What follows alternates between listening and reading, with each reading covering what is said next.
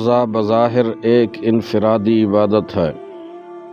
ہر فرد صبح سویرے اٹھتا ہے، سحری کرتا ہے، پورا دن بھوکا پیاسا رہتا ہے اور شام میں افطار کرتا ہے، اور اس کے روزے کا اس کو اور اس کے رب کو پتہ ہوتا ہے، کسی تیسرے فرد کو پتہ نہیں ہوتا۔ ان معنوں میں روزہ ایک انفرادی عبادت ہے، لیکن اس کے ساتھ ساتھ روزہ ایک اجتماعی عبادت بھی ہے، معاشرتی عبادت بھی ہے، اس لیے کہ پورا معاشرہ ایک ساتھ ایک وقت میں روزہ رکھنا شروع کرتا ہے، چاند دیکھا جاتا ہے، اور اس کے بعد پورے معاشرے کے اندر ایک نمایاں تبدیلی ہمیں نظر آتی ہے۔ لوگ پہلی رمضان سے تراویح کے لیے جانا شروع کر دیتے ہیں، مسجدیں بھر جاتی ہیں، پورے مسلم معاشروں میں ایک وقت پر سحری ہوتی ہے، ایک وقت پر لوگ کھانا روک دیتے ہیں، پورے دن بھوکا پیاسا رہتے ہیں، اس کے بعد ایک ہی وقت پر کھانا پینا شروع کر دیتے ہیں، اور پھر تراویح ہوتی ہے۔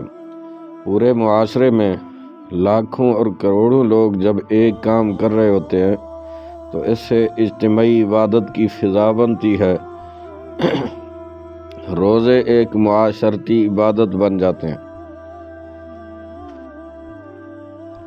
روزے میں سب سے نمایاں جو تبدیلی معاشرے میں نظر آتی ہے، اس کو کافی لوگوں نے اسٹڈی کیا ہے کہ کس طریقے سے معاشرے کے اندر تبدیلیاں آتی ہیں، بالخصوص ان معاشروں میں جہاں لوگ بڑی تعداد میں روزے رکھتے ہیں۔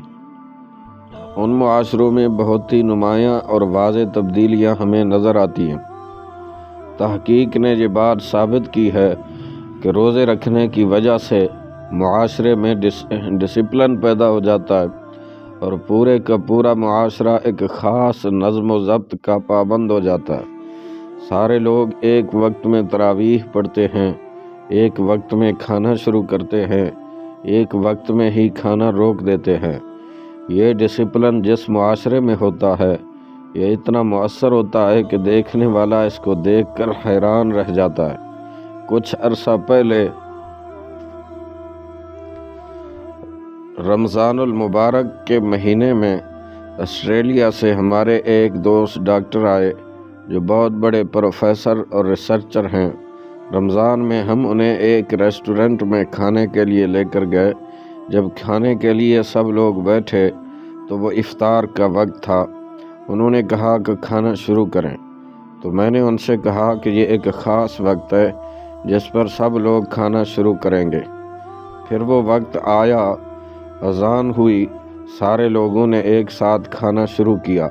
یہ دیکھ کر وہ بہت حیران ہوئے، اور اس کے بعد انہوں نے پاکستان، ہندوستان کے علاوہ مختلف جگہوں پر لیکچر دیے، تو ہر جگہ یہ بات کہی کہ میں نے اپنی زندگی میں انسانوں میں اتنا بڑا ڈسپلن کبھی نہیں دیکھا۔ انہوں نے کہا کہ عورتیں بھی تھیں، بچے اور بوڑھے، بزرگ اور جوان بھی، کھانا سامنے رکھا ہوا تھا، لوگ پورے دن کے بھوکے پیاسے تھے، مگر سب نے ایک خاص وقت پر ہی کھانا پینا شروع کیا۔ وہ اس ڈسپلن کو دیکھ کر اتنا متاثر ہوئے کہ انہوں نے جگہ جگہ اس کا تذکرہ کیا۔ یہ اللہ رب العزت کا فضل ہے کہ اگر 10,000 افراد بھی ایک جگہ ہوں تو کوئی ایک فرد بھی ایسا نہیں ہوگا جو اپنے وقت سے پہلے افطار کر لے۔ یہ ڈسپلن جو روزے کے نتیجے میں انسان کے اندر پیدا ہوتا ہے، اس کے اثرات زندگی کے مختلف معاملات میں نظر آتے ہیں۔ رمضان کے مہینے میں ٹریفک کے حادثات کم ہو جاتے ہیں، اسی طرح بحیثیت مجموعی لوگوں کا رویہ تبدیل ہو جاتا ہے، غصہ کم ہو جاتا ہے، غصے سے منسلک جو ایشوز ہیں وہ کم ہو جاتے ہیں، اور اس کے نتیجے میں معاشرے پر مثبت اثرات مرتب ہوتے ہیں۔ رمضان کے مہینے میں لوگوں کے سماجی رابطے بڑھ جاتے ہیں، لوگ تراویح، اجتماعی نماز اور مسجدوں میں بڑے پیمانے پر ایک دوسرے سے تعارف حاصل کرتے ہیں۔ جو لوگ معاشرے میں تنہائی کا شکار ہوتے ہیں، وہ بھی ایک دوسرے سے مربوط ہو جاتے ہیں۔ رمضان المبارک کے مہینے میں صفائی ستھرائی بہتر ہو جاتی ہے، لوگ جو سڑک پر چیزیں پھینک رہے ہوتے ہیں عام طور پر ان کے اندر بہتری آ جاتی ہے، رویہ تبدیل ہو جاتا ہے اور لوگ ایک دوسرے کا خیال کرنے لگتے ہیں۔ عام دنوں میں لوگ ایک دوسرے کا جو خیال کرتے ہیں رمضان میں اس سے کہیں زیادہ خیال کرتے ہیں۔ مثال کے طور پر دوسروں کی مدد کرنا، اور یہ کسی بھی معاشرے میں مثبت چیز سمجھی جاتی ہے کہ اس معاشرے میں وہ لوگ جو زیادہ اچھی پوزیشن میں ہیں وہ ان لوگوں کی مدد کریں جو کم پوزیشن میں ہیں، اور رمضان المبارک میں یہ کیفیت ہمیں اپنے عروج پر نظر آتی ہے۔ اسی طرح رمضان المبارک میں بیماریوں کی شرح میں بھی کمی واقع ہو جاتی ہے۔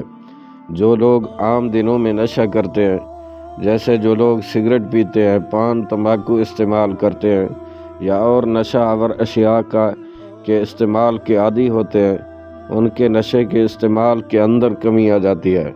میڈیکل ریسرچ سے یہ بات پتہ چلی ہے کہ پوری کمیونٹی کی بیماریاں کم ہو جاتی ہیں، دل کی بیماریاں کم ہو جاتی ہیں، ہارٹ اٹیک سے ہسپتال میں جو داخلے ہوتے ہیں وہ کم ہو جاتے ہیں، فالج کا حملہ کم ہو جاتا ہے۔ ماہرین نفسیات نے مطالعہ کیا ہے کہ رمضان المبارک کے مہینے میں مسلم معاشروں کے اندر جرائم کی شرح میں کمی آ جاتی ہے۔ پورے معاشرے میں جو مثبت تبدیلیاں پیدا ہوتی ہیں اس کے نتیجے میں جرائم کم ہو جاتے ہیں۔ اس کے ساتھ ساتھ معاشروں کے اندر نفسیاتی بیماریاں بھی کم ہو جاتی ہیں۔